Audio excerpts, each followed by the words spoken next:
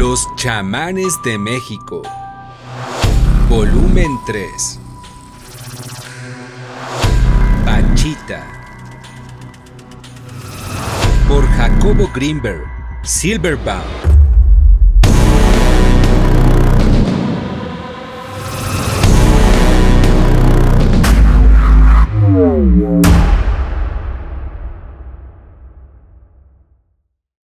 Hoy te presento el capítulo número 2.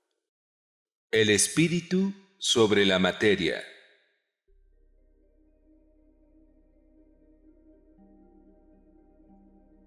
Una vez conocí un amigo que vivía en el presente, no por decisión ni por mandato, tampoco por cuestiones ideológicas o por sostener cierta enseñanza. Simplemente le sucedían demasiadas cosas y no tenía tiempo para pensar en el pasado.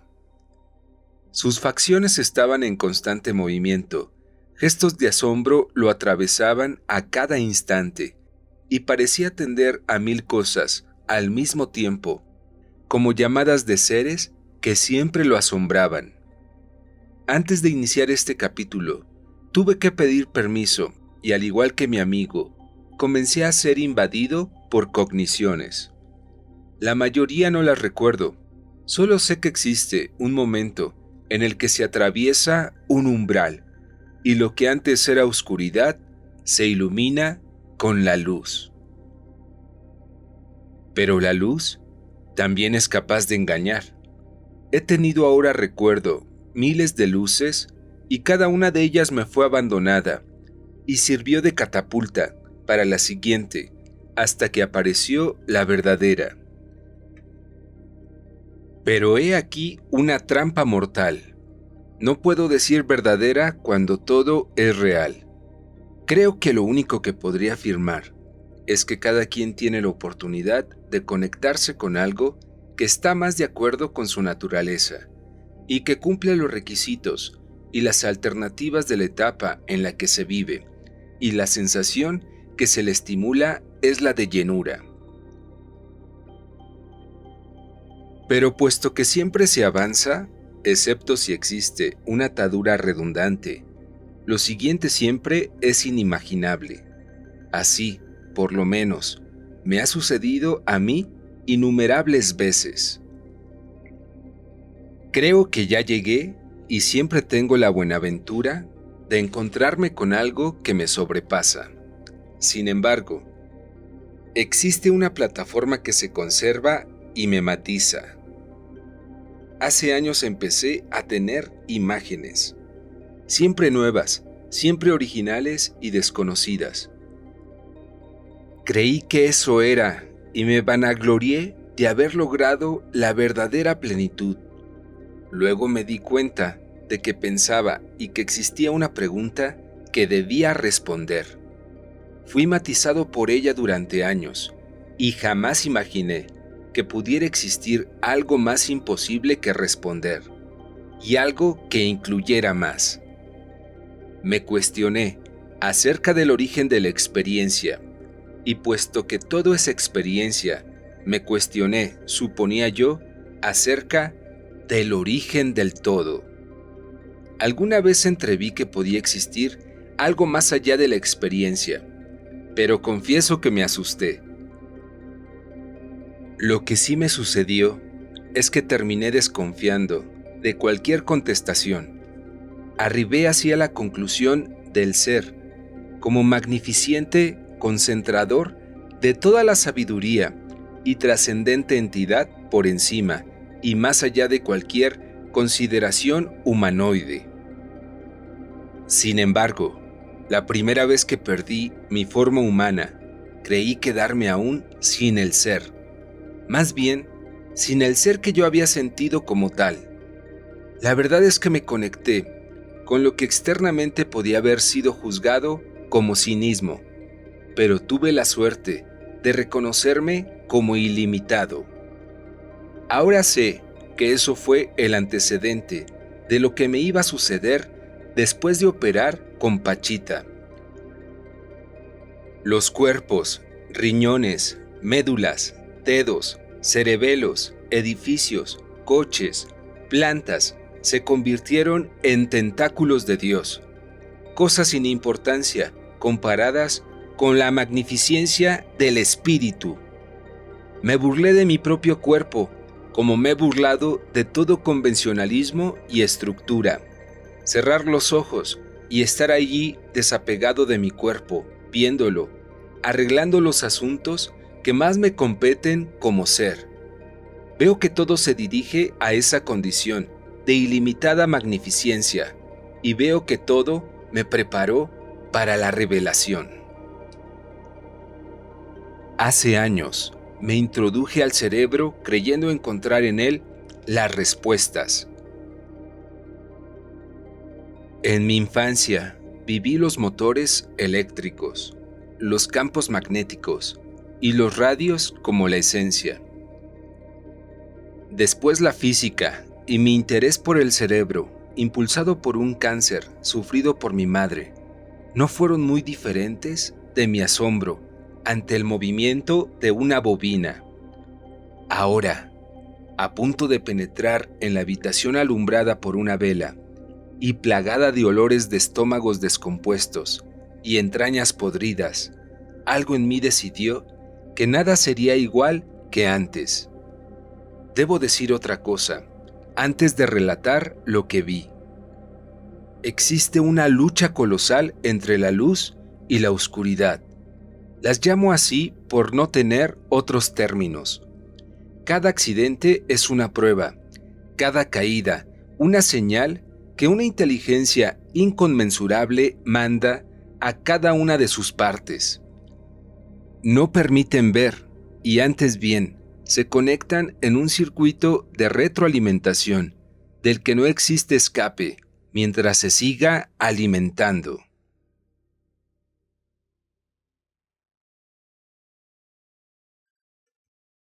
Una pequeña antesala, resguardada del cuarto de trabajo del hermano por una cortina, me dio la bienvenida. Todo parecía muy natural, excepto la custodia de la entrada. Un muchacho preocupado impedía o facilitaba la entrada, dependiendo de las instrucciones del hermano Cuauhtémoc. Descorrí la cortina y unos cuerpos envueltos en sábanas y acostados en el piso me saludaron como presencia del familiar y simultáneamente aterrorizante espectáculo. Después entendí que los operados recibían en ese cuarto la energía suficiente para cicatrizar las heridas y acomodar y equilibrar sus campos energéticos. Mi niño, acércate. Llegaste en el tiempo preciso. La voz del hermano me recibió haciéndome sentir en familia, cuidado y bendecido. Pachita se encontraba sentada en una silla, junto a una cama de tablas, cubierta de un colchón de hule espuma, con plástico encima. Sus ojos cerrados miraban a Leo, su ayudante durante 6 años, siempre presente 2 días a la semana.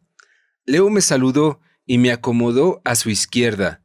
Me arremangué la camisa y me preparé para recibir instrucciones. Junto a mí, un parapsicólogo argentino tomaba fotografías. La imagen de mi primera entrevista con don Lucio apareció. En Nepopualco, la mesa de operaciones era un altar, y los instrumentos eran huevos, palma y agua purificada. Aquí los mismos manejos se hacían con un cuchillo de monte. Apareció una señora enferma del estómago. Hermanita linda, ¿qué te pasa? Tengo dolor, hermano. No puedo vivir con él. Ayúdame en el nombre del Padre. Así sea, mijita. Acuéstate, mi preciosa. Nos trajeron una sábana. Cada enfermo traía una, junto con una venda y 2 broches. Le desabrochamos la falda y Leo pidió unos algodones secos. Los coloqué alrededor del estómago y antes de poder pronunciar palabra alguna, el cuchillo de monte en manos del hermano penetró en la carne. Pedí a Dios no desmayarme y supe que debía darle fuerzas a la hermanita. Le pregunté su nombre, le tomé la mano y la consolé, y acaricié mientras veía salir la sangre de una herida de 15 centímetros, hecha por el cuchillo. La mano de Pachita auscultó el interior del vientre, pidió unas tijeras y cortó algo que produjo un olor fétido. En 2 minutos había concluido la operación. Leo me indicó que pidiera un algodón empapado en alcohol y me ordenó que saturara. ¿Saturar? Rápido, satura la herida. Supe que debía colocar el algodón sobre la herida y colocar mis manos sobre él. Lo hice y la herida cerró instantáneamente. Me dieron una venda y cubrí el vientre con ella. La mujer reía y daba gracias. La levanté, sintiéndola sin peso, después de cubrirla con la sábana, y se la llevaron a descansar. La colocaron en el suelo sin queja alguna. Volteé a ver al hermano y a Leo, y les dije que estaba con Dios. Sentí que había cerrado una herida, que el hermano había manejado la materia, como si fuese un juguete, que Leo era un santo. Me dije que esto era, que no existía límite, que Dios existía, que éramos dioses, que éramos. Después, una fuerza me guió en 15 operaciones más. Di cariño, di amor, inspirado por esas gentes, y curé. ¿Quiénes éramos? ¿Qué es lo que nos traspasaba? ¿Quién era el hermano? ¿Quién Pachita? Todo es posible. A partir de esa primera intervención, todo fue natural. Me sentí como en mi hogar, el mismo que visito en mis meditaciones. Por primera vez, no hubo diferencia alguna entre mi pensamiento y el mundo. Por primera vez en mi vida, realmente hice algo.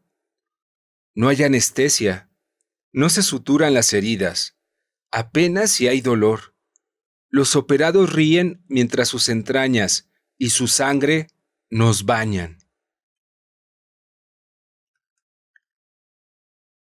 Me costó un año llegar al silencio. Cuando regresé de Tepoztlán, por poco muero de angustia. En ese pueblo mágico se leía el pensamiento y se hacía llover, y en una ocasión vi al teposteco, rebosante de energía, mandar truenos al valle, en respuesta a una oración. En Tepoztlán hubo maravillas, pero no había silencio. Los pobladores gustaban lanzar cohetes en los momentos más significativos del día, y las mujeres cazaban a los hombres como conejos. Rita había comprado una jaula en la que encerró a 2 pájaros. Los bautizó con mi nombre y el de O, y los observaba. Así nos vigilaba. Sara lanzaba el oráculo y viajaba en vidas pasadas, y Paul veía platillos voladores. Don Lucio se comunicaba con el espíritu de los daños y con el Señor de la Luz. Tampoco había límites, pero no existía el silencio. Cuando escribía en Tepoztlán, lo hacía entre las posturas de yoga, sentado en un jardín, con un cuaderno al lado. En las noches dormía en el pórtico de mi casa, viendo las estrellas, pero no había silencio. Aquí, entre el atronador sonido de la sangre y el susurro del cuchillo penetrando los huesos, había silencio. el mismo silencio que había aprendido a vivir en la meditación, el mismo que permitía volar hacia el infinito y trabajar en el lugar que más me gustaba, pero del que generalmente solo rememoraba la sensación placentera de haber estado. Solamente una vez había podido seguir a mi conciencia durante sus viajes. Recuerdo haber visto gente y haber trabajado con ella en algún proyecto colosal. Aquí había silencio, y era ese mismo lugar, pero en conciencia, en vigilia, despierto, conmigo, sin necesidad de recordar. La segunda operación fue la de la niña sobreanestesiada. Le acaricié la cara, le besé sus ojitos dulces y le tomé la mano. Le di todo, mientras el hermano aplicaba su cuchillo en la parte posterior de la cabeza. Con un movimiento intenso, penetró el cuero cabelludo, mientras yo y Leo dábamos energía. Abrió el hueso y de pronto un tejido fresco se materializó en la mano izquierda del hermano. Con el cuchillo levantó la carne e introdujo ese tejido en el cráneo. Coloqué mis manos sobre un algodón mojado, lo apliqué y me ordené cerrar la herida. Como en la primera operación, la herida cerró instantáneamente. En mis días de estudiante y después como psicofisiólogo, pude observar el choque espinal. Basta cortar la médula espinal para dejar paralizada a una persona sin remedio y de por vida. Eso fue, al menos, lo que aprendí en esos días. Nos trajeron a un muchacho de 30 años en una silla de ruedas. En un accidente automovilístico, su médula espinal recibió un impacto atroz y la corriente nerviosa proveniente de las áreas motoras corticales dejó de activar los músculos de las piernas. Parálisis de parte del tronco y de las extremidades inferiores fue el resultado. Acuéstate, mi niño precioso, mi amor, mi pobrecito angelito. Hermano, me operaron y me pusieron 2 barras de metal y no siento mis piernas ni las puedo mover. ¡Ayúdame! Así sea, en el nombre del Padre.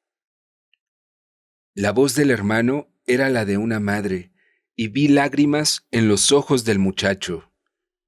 Se acostó boca abajo. Entre Leo y yo descubrimos su espalda y la rodeamos de algodones. El cuchillo penetró las vértebras y descubrió la médula espinal.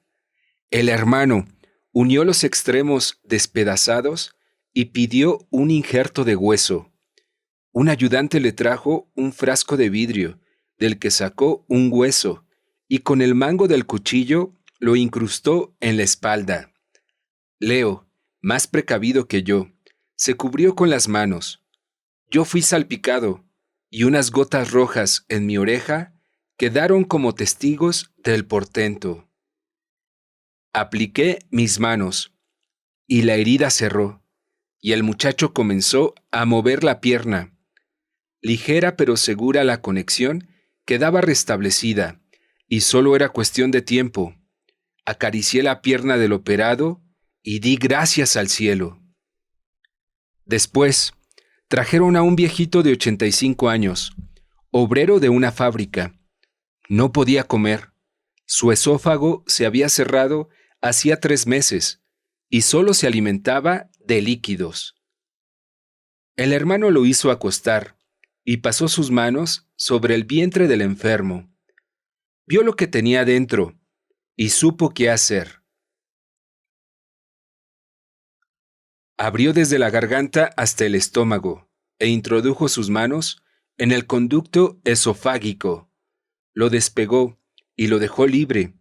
Luego tomó el pene del enfermo e introdujo el cuchillo por el conducto urinario.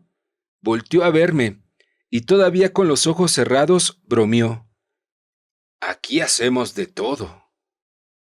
Cerré la herida y el hermano pidió un bolillo duro. Cómetelo, buen hombre, angelito de Dios, cómetelo.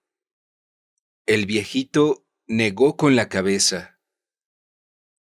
Te digo que te lo comas, no seas terco. Mordió el bolillo, lo masticó y después se lo tragó. Ya ves, hermanito, las obras del Padre no tienen límite. El viejito reía, y Leo y yo nos abrazamos. En mi vida anterior, muchas veces me extrañé de adquirir fuerzas con el trabajo. En ocasiones podía escribir durante horas, y cada vez sentirme más fresco en lugar de cansado. Pero el esfuerzo muscular me estaba negando. Quiero decir, que no sucedía lo mismo que con el pensamiento. Inclusive de joven me sucedía lo mismo. Viví en kibutz y en las noches, después de cosechar duraznos y acomodarlos en cajas, cargábamos camiones. Siempre acababa molido por el esfuerzo. Aquí, con el hermano, después de cargar a los enfermos, vendarlos y darles fuerzas, me sentía cada vez más energizado. Pero el siguiente enfermito no requería esfuerzo muscular. Cuando lo vi, empecé a sudar. Una niñita, con trenzas alumbradas de moños, de ojitos curiosos, fue traída y colocada encima de una sábana. Miré a Leo, y luego al hermano, encamado en Pachita. Los tres empezamos a acariciar el cuerpecito blando y dulce de la criatura, y a hablarle con palabras amorosas. El hermano preguntó acerca de la enfermedad, y el padre de la niña habló de una parálisis y una ruptura vertebral con sección medular. El hermano nos pidió que rezáramos. Después, abrió la espalda de la criatura. Cuando recién la acostamos en la cama, había llorado, pero ahora se calmó. El hermano injertó un hueso, cerramos la herida, y la dulce palomita empezó a reír y a mover sus piecitos. La besamos, acariciamos sus trenzas y se la devolvimos a su padre. Todos reíamos y nos hacíamos bromas, y nuestro ser daba gracias por todo lo visto y hecho. Alguien vino a decirle al hermano que la mujer que necesitaba un injerto de vejiga había llegado. Pachita levantó los brazos y vi cómo algo se materializaba entre sus dedos. Es una vejiga, me dijo, sabiendo lo profundo de mi asombro. Una mujer joven entró al cuarto y se acostó. El hermano hizo un corte extenso e introdujo una mano al interior de la herida. Localizó algo y me invitó a sentirlo. En la tarde de ese día, me había cortado un dedo y temí infectar a la enferma o a mí mismo. Iba a decirlo y de pronto me pareció ridículo. Introduje mi mano y sentí un conducto delgado. Toca bien, hermano Jacobo, y sentirás una piedrita en el conducto renal. La sentí y en ese momento desapareció. Esta niña está curada y no necesita vejiga, dijo el hermano con su voz llena de certeza. Volté a ver la mesilla junto al cuerpo de Pachita y me di cuenta de que la vejiga había desaparecido. Hermano, pregunté, ¿en dónde está la vejiga? Ay, dulce niño, me contestó. Si no se necesita, no se necesita, y se va ella solita. Cerré la herida y esperé al próximo enfermo. Una mujer entrada en años ocupó la cama. ¿Cómo estás, mi amor?, le preguntó el hermano. La mujer no contestó. Venía acompañada de su hijo y él dijo que su madre tenía cáncer. Bueno, mi niña, vamos a quitárselo con la ayuda del Señor. El cáncer estaba localizado en las fosas nasales. El hermano introdujo el cuchillo en una de ellas y empezó a raspar. Se tardó varios minutos mientras reconocía el interior de las cavernas, y después con una sonrisa dijo: «Hecho está en el nombre de mi Padre». Terminamos a las 12 de la noche. Todos rodeamos al hermano y pedimos su bendición. Supe que después de cada jornada, el hermano atendía a sus ayudantes, les daba consejo y aclaraba sus dudas. Al terminar, y en un movimiento marcial, el hermano levantó su brazo derecho y dijo: «Me despido de ustedes. Vayan con Dios». Hubo un momento de tensión entre la salida del hermano y la recuperación de Pachita. Pasaron unos segundos. El cuerpo de Pachita se desmayó en ese lapso y después se recuperó. Me miraba extrañada y me preguntó que de dónde había yo salido. Su conciencia era tan distinta que no recordaba haberme visto durante las operaciones. «Me da mucho gusto verte, hermano Jacobo». Cuando Pachita fue por primera vez a la casa donde yo la conocí, le sucedieron muchos percances, entre ellos la pérdida de una de las basas en las que operaba. La dueña la había corrido el mismo día en el que visitó la mansión donde me fue presentada. Había solicitado un nuevo lugar y, puesto que nos habíamos conocido en aquella importante residencia, pensaba que yo podía interceder para conseguirla. Esa noche, momentos después de despedirse, el hermano me había preguntado si yo pensaba ayudar. Le dije que lo haría en lo que pudiera, pero no pareció satisfecho. Ahora, ya siendo Pachita, me confesó que no entendía a la gente que vivía en esa gran casa, rodeada de vigilancia policíaca, precisamente por la importancia de sus habitantes. «Son muy diferentes, Jacobo. Me dan miedo tantos guaruras». Yo sabía que era una prueba para Pachita. No debía pedir nada material, aun cuando no fuera para su beneficio, sino el de otros. «Cuídate, Pachita», le dije con énfasis. «Es una prueba, y no debes dejarte». La abracé y tomé su cabeza entrecana en mis brazos. «Cuídate, manita linda, y gracias por dejarme ayudarte».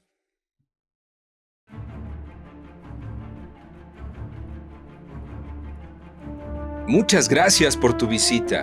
No te pierdas del próximo capítulo. Los daños.